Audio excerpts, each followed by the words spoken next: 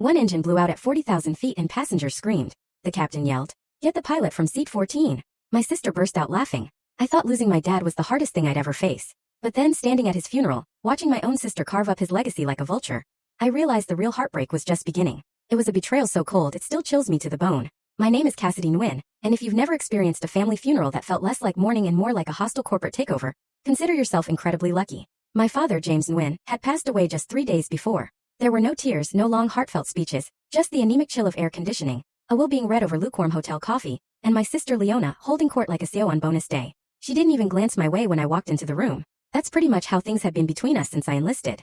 I wasn't the daughter with the law degree, the high-flying investment firm, or the penthouse in Manhattan. I was the one who wore boots and saluted for a living. "Cassidy," she'd said, her voice flat, as if she were reading my name off a grocery list. "Didn't expect you to show up all the way from wherever you're stationed these days."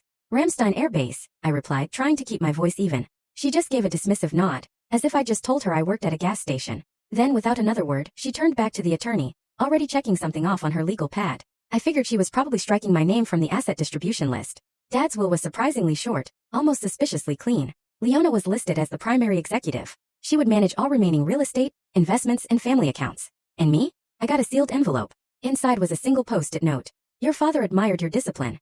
He wanted you to have this." What was this?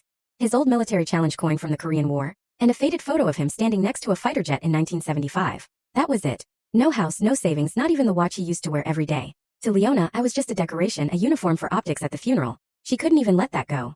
"I hope you're not planning to wear that full get-up on the flight home," she'd sneered, as we stood at the check-in counter in Lisbon Airport. "It's my uniform," I stated simply. "Sure," she smirked, her eyes raking over my fatigues. "And I suppose it comes with a little respect me button on the collar." If I weren't so used to her venomous tone, it might have stung. But I was. That was her signature move.